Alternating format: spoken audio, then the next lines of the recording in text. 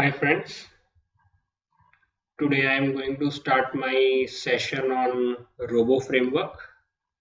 Basically, uh, Robo Framework is a Python-based framework, and it is a test automation framework used in acceptance testing.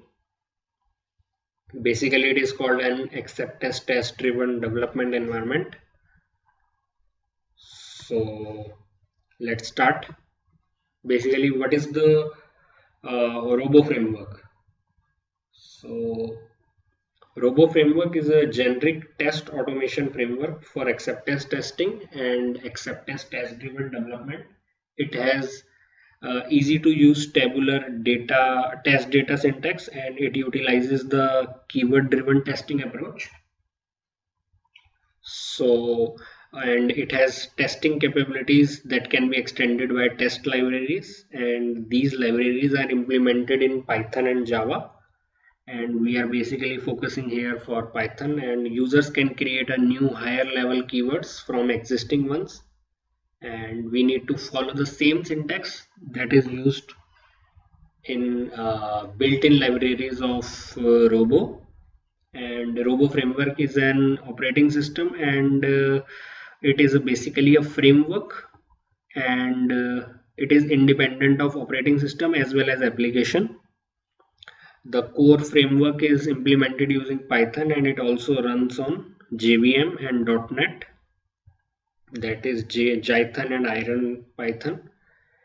And Robo framework itself is an open source software released under Apache license 2.0, and most of its libraries and tools are as available as open source. And the framework was initially developed by Nokia Networks, but nowadays it is sponsored by Robo Framework Foundation. So basically, we have an architecture of Robo Framework. So let us check on it.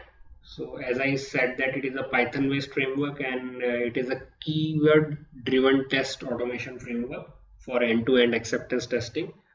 So keyword here I means that every keyword has a respective function. So if I need to log in into a page and I need to automate that process in as a purpose of testing, then I will be creating a test case function with a name, and that will be called as a keyword. So every time when I call the function, I will be using that keyword. So that is a keyword driven programming which is done in Robo framework.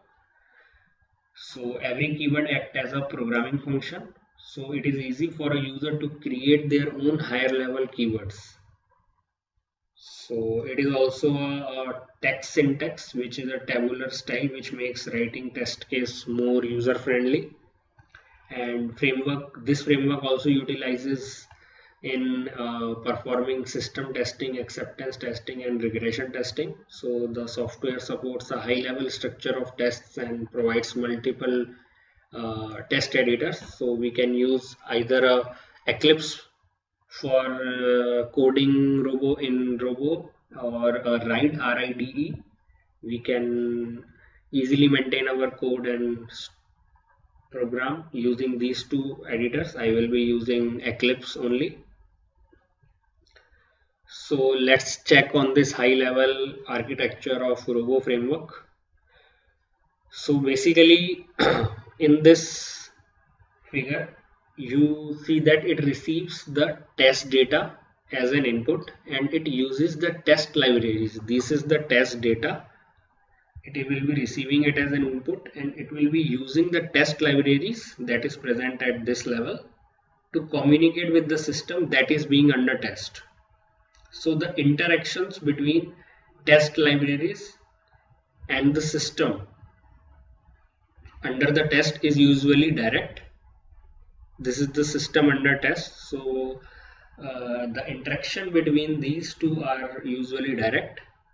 However, some test libraries need to have drivers such as Selenium, two library in order to connect with the tested system. So we put them in the test libraries,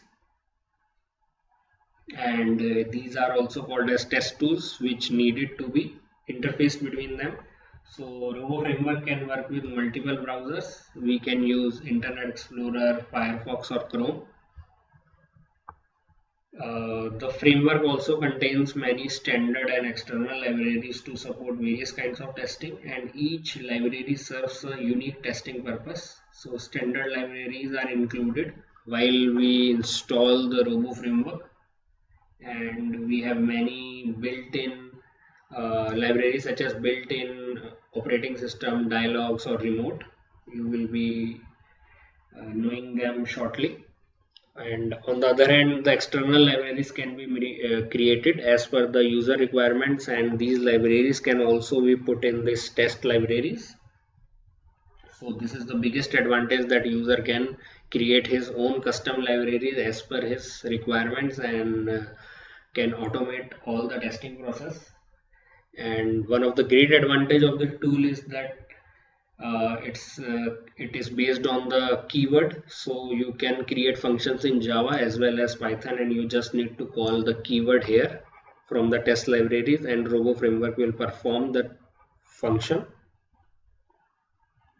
So this enhances the testing capabilities of this tool, and most of the common external libraries that we use, third-party libraries we can use in this, is Selenium 2 library, database library or Android library.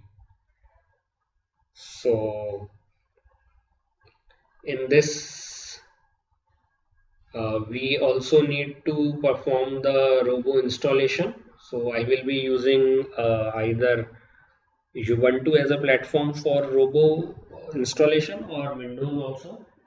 So we will be checking up the installation part in our next session. So this is the basic idea of automation testing using Robo, and basically we will be coding all the things by focusing on Python only. So we will be creating the Python functions or the Robo language functions in our coming sessions. So our next session will be on installation of Robo.